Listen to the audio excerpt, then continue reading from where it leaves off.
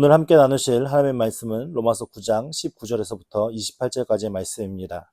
신약성경 252페이지에 있는 로마서 9장 19절부터 28절까지의 말씀을 다 함께 봉독하시겠습니다.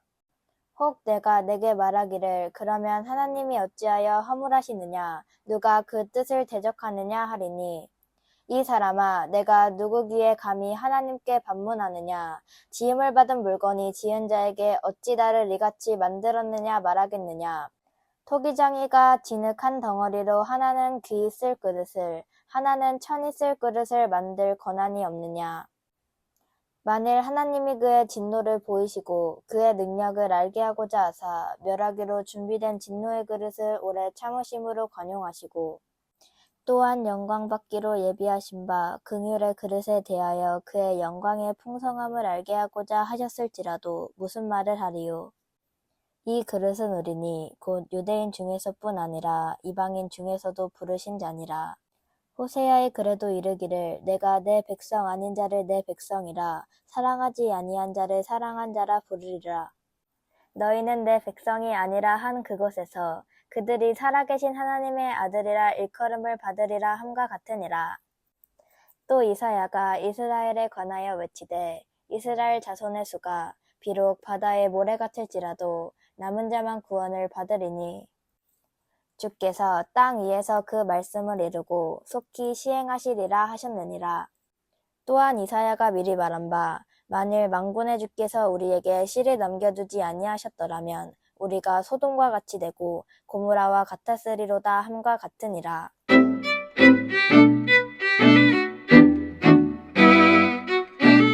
우리 지난주의 말씀을 잠깐 한번 돌아가서 생각해 보면서 살펴보면 지난주에는 어떤 말씀이 있었냐면 하나님께서 긍휼을 베푸실 만한 자에게 긍휼을 베푸시고 그죠?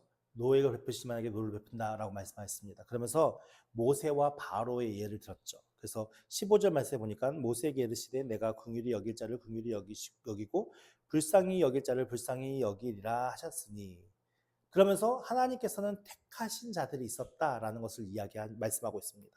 근데 17절 말씀에 보면 성경이 바로에게 이르시되 내가 이 일을 위하여 너를 세웠으니 곧 너로 말미암아 내 능력을 보이고 내 이름이 온 땅에 전파되게 하려 하십니다. 그러니까 바로의 마음을 완강하게 하신 이유가 무엇이냐면 하나님의 이름, 하나님이 하시는 일들과 하나님의 그 이름이 많은 사람들에게 전파되기 위함이다라고 얘기했습니다. 그래서 바로에게는 무엇을 베푸셨어요? 긍휼을 베푸셨고, 모세에게는 긍휼을 베푸셨고, 바로에게는 그 완강함대로 내버려 두신 것이죠. 예, 그렇기 때문에 18절 말씀에 그런즉 하나님께서 하고자 하시는 자를 긍휼히 여기시고 하고자 하시는 자를 완악하게 하시느니라. 그러니까 이 표현을 이제 우리가 들을 때 그냥 우리가 직접적으로 듣는 우리의 입장에서 그리고 또 이스라엘 사람들의 입장에서 한번 생각해 보면 하나님께서 하고자 하시는 자를 긍휼히 여기시고 하나님께서 하고자 하시는 자를 완악하게 여기신다고 했잖아요. 그러면 우리의 인생이 누구 손에 달린 거예요? 하나님 손에 달려있죠.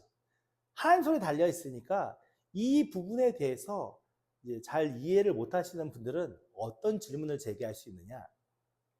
19절 오늘 본문 말씀으로 와서 혹 내가 내게 말하기를 그러니까 어떤 누가 그 문제에 대해서 이의를 제기하는 어떤 누구가 너가 되겠죠?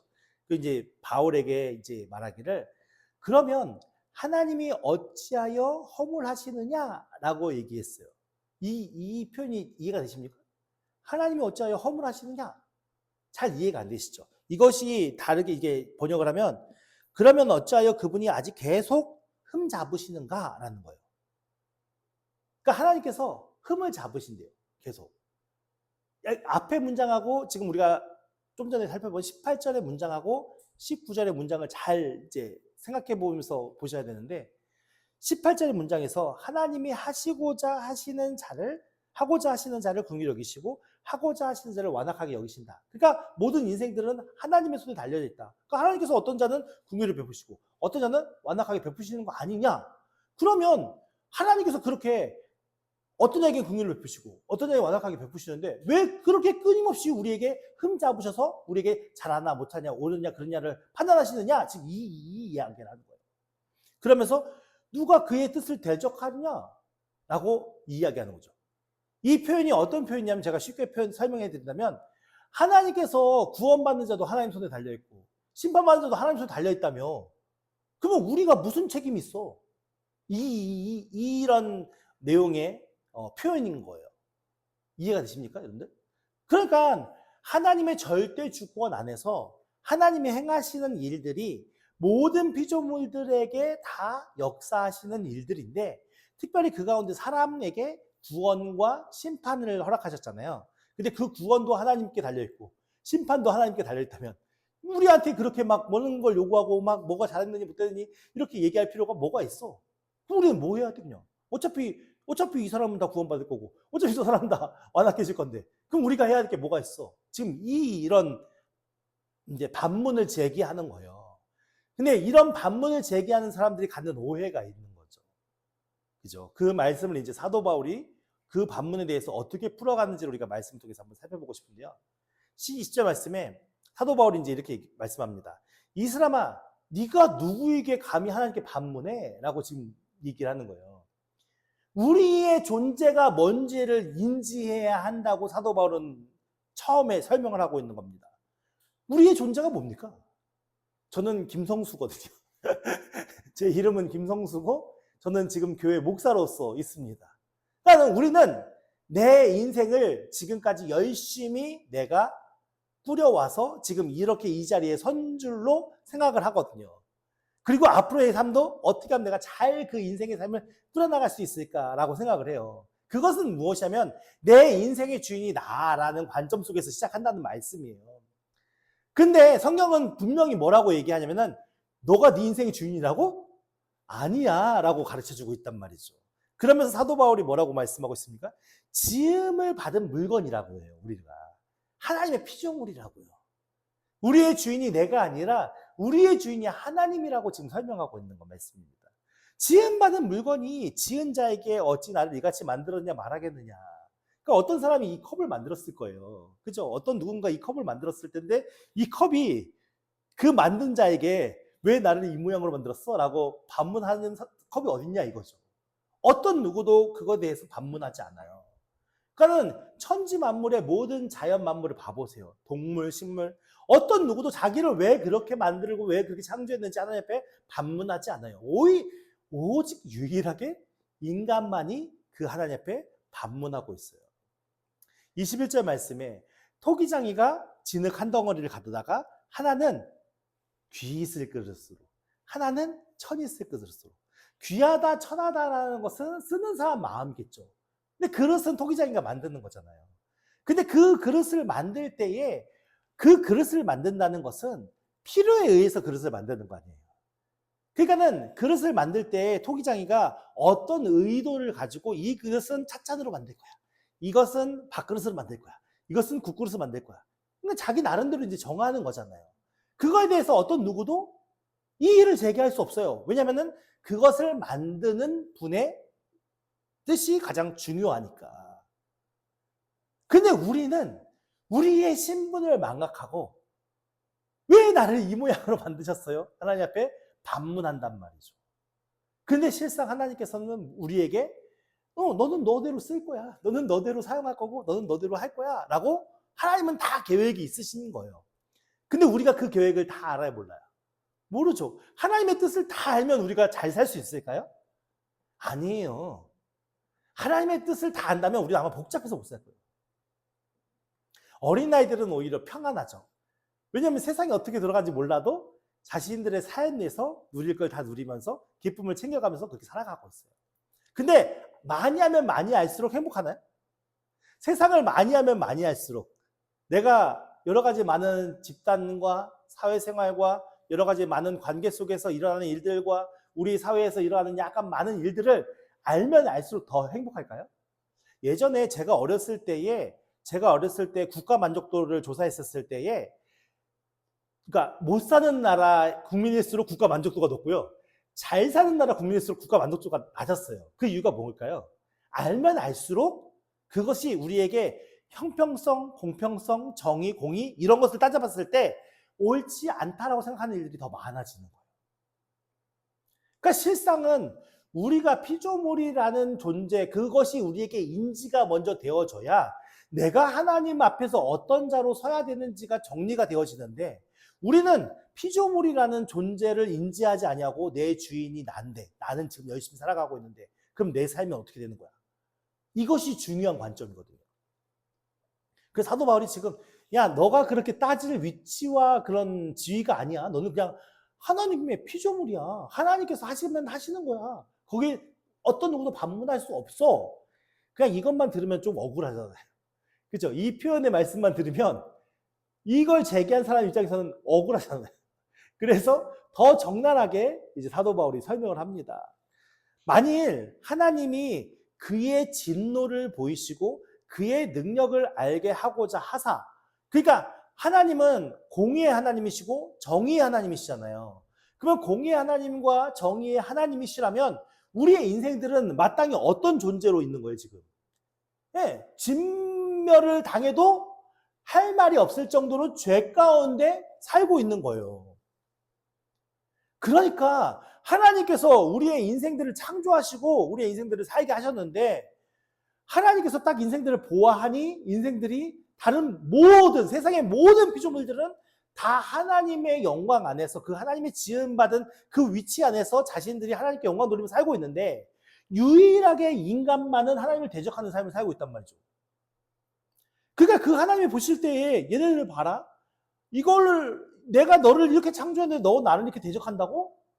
그런 마음 때문에 그 사람들에게 진노를 보이시고, 내가 어떤 하나님인 줄 알아? 내 능력을 보여줄까? 그러면서 그 사람들에게 그 능력을 보여주시기로 멸하기로 하셨다면 세상에 존재할 사람이 아무도 없는 거예요. 그래도 우리는 하나님 앞에 이렇게 반론할 수 없고, 내가 그렇지 않다라고 문제를 제기할 수 있는 그런 위치가 아니라는 거죠. 우리는 마땅히 죽어 마땅한 죄인이란 말이에요. 그게 우리의 위치예요. 다른 피조물들은 그렇게 완악하지 않아요. 세상에 어떤 피조물들도 인간만큼 완악한 피조물들은 없어요. 인간만이 유일하게 하나님을 대적하고 있어요. 그리고 그 인간들을 하나님께서 참으시고 관용을 베푸시고 긍휼을 베푸셔서 지금 이렇게 세상 속에 살아가게 하셨거든요. 그러니까 멸하기로 준비된 진노의 그릇이에요. 우리는 어떤 그릇이라고요? 멸하기로 준비된 진노의 그릇이라고요. 누가요? 저와 여러분뿐만 아니라 모든 인간들이 오래 참으심으로 관용하고 계시는 거예요, 지금. 그렇게 니네들이 삶을 살고 있는데 왜 나를 이렇게 하신다고 누가 반문할 수 있겠냐? 지금 이 논리로 사도 바울이 지금 설명하고 있는 겁니다.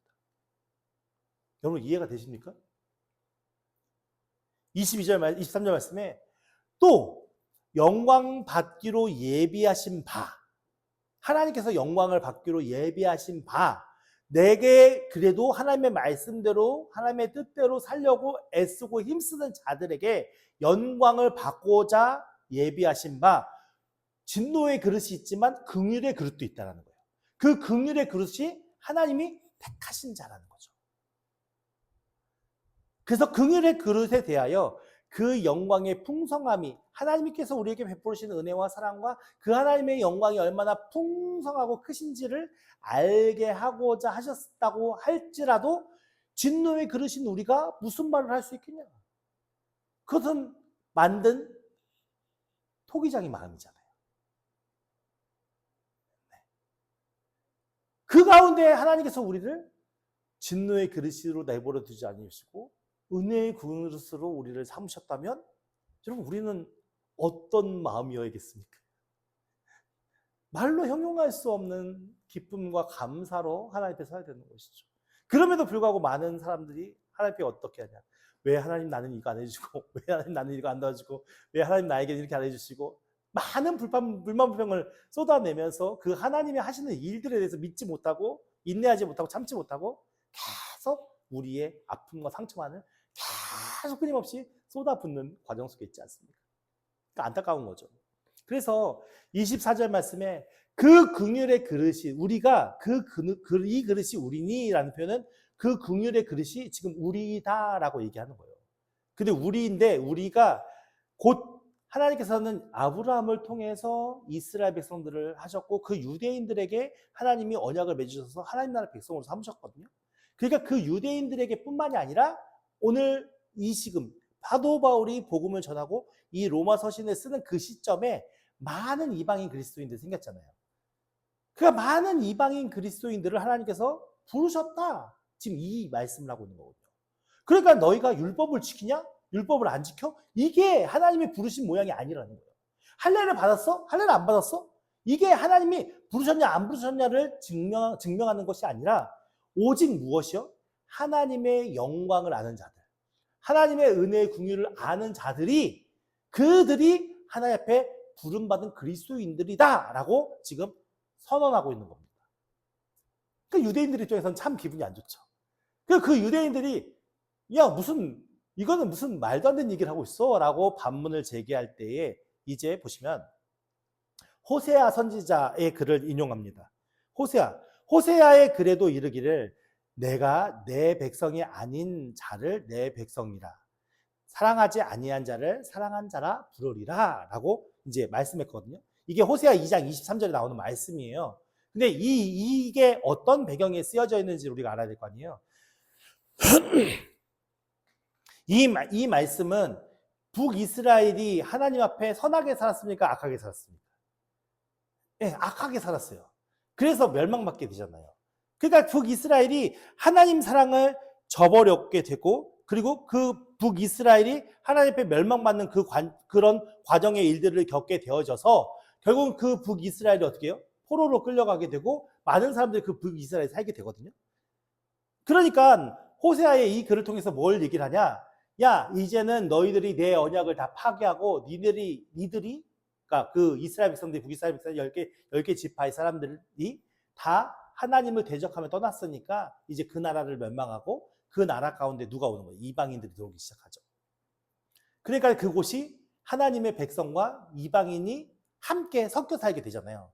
그래서 유다 땅에 있는 사람들이 북이스라엘 사람들을 볼 때 이제 하나님의 백성이 아니라 혼합된 종족이라 해서 미워하거든요.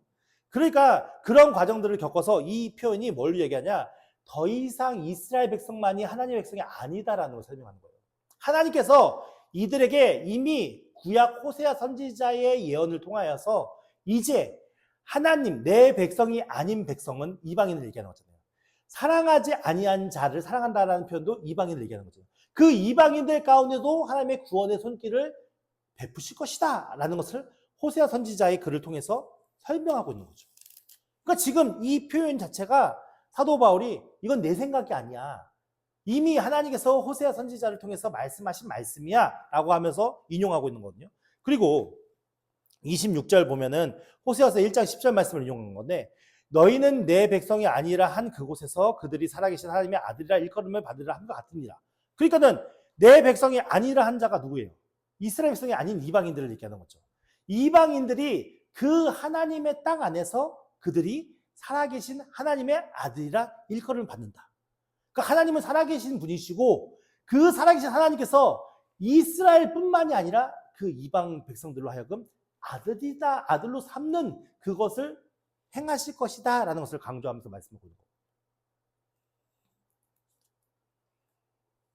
그러니까 더 이상 그들은 이방 백성이 아니라 하나님 나라의 백성이 될 수 있는 그 길을 이방인들에게도 그 복음이 전해지고 하나님의 은혜가 전파되는 것이 이미 호세아 선지자를 통해서 다 우리가 말씀을 통해서 알고 있는데 지금 아직도 율법과 할례와 하나님의 계명과 법도를 중시하는 이스라엘 백성들에게 이스라엘 유대인들 그리스도인들에게 지금 그것이 아니다. 진짜 구원과 그 모든 것은 하나님의 주권적인 은혜 안에 달려져 있다라고 설명하고 있는 말씀입니다. 호세아만 이렇게 얘기했을까요? 이사야에 대한 이야기가 나옵니다. 이사야 10장 20절 말씀을 인용한 건데요. 또 이사야가 이스라엘에 관하여 외치되 이스라엘 자손의 수가 비록 바다의 모래 같을지라도 남은 자만 구원을 받으리니. 이 말씀은 뭐냐면 이스라엘 백성들이 다 멸망받고 이제 포로로 끌려가잖아요. 포로로 끌려갈 때 이스라엘 민족에게는 어떤 생각이 있었냐면 남은 자 사상이 있었어요. 그러니까 자신의 나라가 이제 멸망했잖아요. 멸망에서도 하나님께서는 소수의 남은 자들에게 은혜를 베푸시고 구원을 베푸셔서 다시 하나님 나라를 회복시켜야 하실 것이다 라는 그런 남은 자 사상이 있었어요. 그러니까 이 남은 자는 많은 사람일까요? 적은 사람일까요?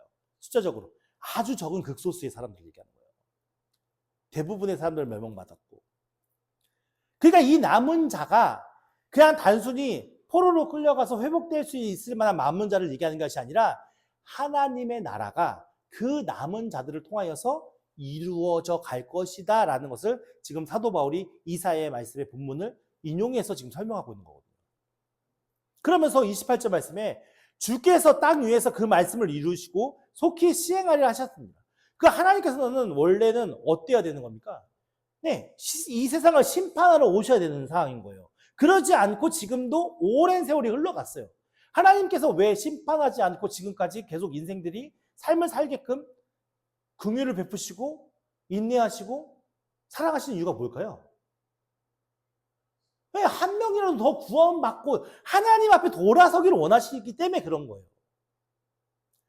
그럼 어떻게 보면은 오늘 본문 말씀을 통해서 우리가 좀 오해할 수 있는 부분이 뭐냐면 하나님이 진노의 그릇을 만드셨고 또 긍휼의 그릇을 만드신 것처럼 우리가 착각을 해요. 근데 우리는 태어나는 순간 진노의 그릇일까요? 긍휼의 그릇일까요? 네, 이건 하나님이 어쩔 수 없는 거예요. 선택의 여지가 없는 거예요. 왜냐하면 아담이 원죄를 지어서 아담 이후에 태어난 모든 자들은 다 원죄를 안고 태어나요. 그러니까 사실 이 세상에 태어나는 모든 사람들은 다 진노의 그릇으로 태어날 수밖에 없는 구조인 거예요. 그러니까 하나님은 하나님께서 원하셔서 진노의 그릇을 만드신 게 아니라 어쩔 수 없이 계속 진노의 그릇이 만들어지는 거죠. 만드시는 거죠. 근데 그 속에서 하나님께서 은혜를 베푸셔서 제발 좀 너희를 만들고 창조한 내 앞에 너희를 구원하기를 원하시는 그 하나님 앞에 나와라 끊임없이 인생들에게 하나님께서는 자연계시적으로 은혜와 사랑을 계속 모든 사람에게 베풀어 주시면서 그 하나님 앞에 설 수 있는 기회를 주심에도 불구하고 자신들의 자유의지를 가진 선택으로 하나님을 선택하지 못하고 세상을 선택하기 때문에 나를 선택하기 때문에 그렇게 멸망과 형벌 아래 놓일 수밖에 없는 게 우리의 인생인데도 불구하고 왜 쟤는 구원하고 나는 구원하지 않았어요? 핑계 댈 수 있는 사람이 누가 있냐 이거예요. 아무도 없죠. 근데 하나님께서는 하나님의 때에 하나님의 사람들을 통하여 하나님 나라의 일들을 계속 해보셨고 앞으로도 그렇게 하실 것이고 종국에는 그것으로 인하여서 이 세상이 멸망받고 하나님 나라가 세워질 것에 대한 소망을 가지고 우리가 살아가고 있잖아요. 그 일을 속히 이루실 것이다. 지금 선언하는 거예요. 그러니까 우리가 오늘 모든 환경과 상황이 안전하다고 하더라도 우리의 상황이 모두 안전하다고 하더라도 내가 진짜 하나님을 믿는 믿음, 하나님을 믿는다는 것은요. 능력이 하나님께서 나의 모든 삶을 통치하시고 인도하셔서 그 모든 문제를 해결해 주실 것이라는 걸 믿는 게 아니라 그 하나님께서 참되게 우리에게 찾아와서 구원의 은혜로 우리를 회복시키셔서 하나님 나라에 이르게 하실 것을 믿는 거잖아요. 그렇다면 그 은혜를 믿는 자라면 어떤 반응으로 나아가야 될까요? 아직도 우리가 세상에서 뭐가 안 되니까 저게 안 되니까 이게 부족하니까 저게 부족하니까 하나님 이거 채워주세요. 이거는 복음을 아는 자일까요? 모르는 자일까요? 모르는 자인 거예요. 우리가 진짜 어떤 위치에서 어떤 피조물로서 하나님 앞에 있는지를 바로 깨닫는다면 우리는 하나님 앞에 어떤 것도 요구할 수가 없어요.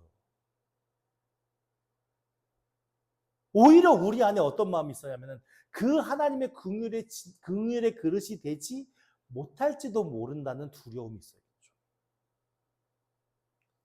더 그래서 전적으로 누구한테 매달릴 수밖에 없어요? 그것을 선택하는 하나님 앞에 매달릴 수밖에 없죠. 더 하나님을 찾고 더 하나님을 간절히 바라고 더 하나님 앞에 가까이 나아가려고 애쓰는 자들이 되어야겠죠. 근데 우리 하나님께서는 그렇게 하나님을 찾고 하나님을 만나려고 하고 하나님의 사랑 앞에 거하려고 하는 자를 계속 굴리시겠습니까? 아니잖아요. 얘야 걱정하지 마. 나 너 사랑한다니까. 얘야 염려하지 마. 내가 너 구원으로 이끈다니까. 얘야 어떤 것도 바라보지 말고 나만 바라봐. 시험 들지 말고 염려하지 말고 걱정하지 말고 내가 행하는 일들을 보면서 그 속에서 자유함과 평안 가운데 안식을 누려봐. 지금 하나님은 그러시고 계시는 거예요. 근데 우리가 그 하나님을 믿지 못하니까 계속 이렇게 하시면 하나님이 기뻐하실까? 저렇게 하시면 하나님이 기뻐하실까? 내가 이 일을 해내면 하나님이 날 인정해 주실까? 내가 저 일을 해내면 내가 하나님께서 날 인정해 주실까? 그런 마음으로 살아가고 있어요. 여러분, 하나님은 우리의 능력을 보는 게 아니에요. 우리의 힘을 보는 게 아니에요. 우리의 믿음을 보는 거예요. 믿음.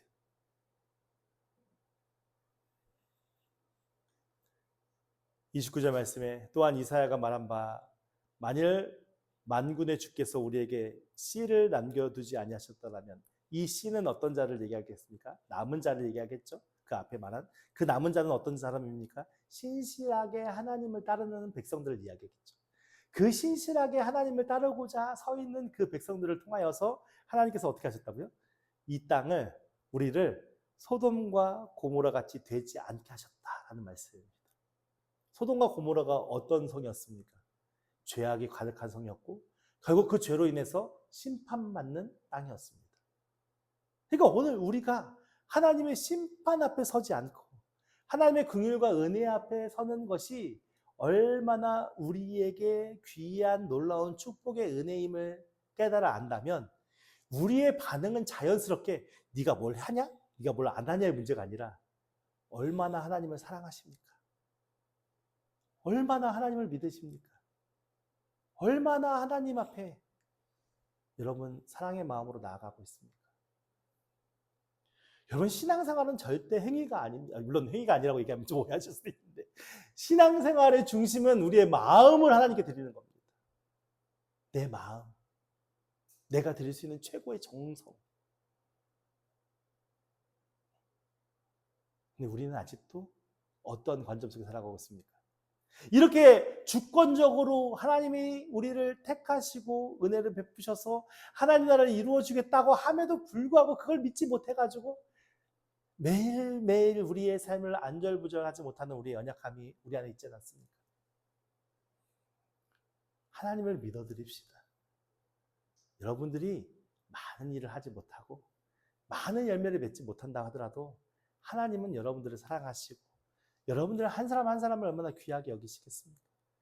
그 증거가 예수 그리스도시고 그 증거가 복음입니다. 이제는 그 사랑에 반응하여서 우리도 하나님을 사랑하는 믿음의 삶으로 나아가야 되는 겁니다.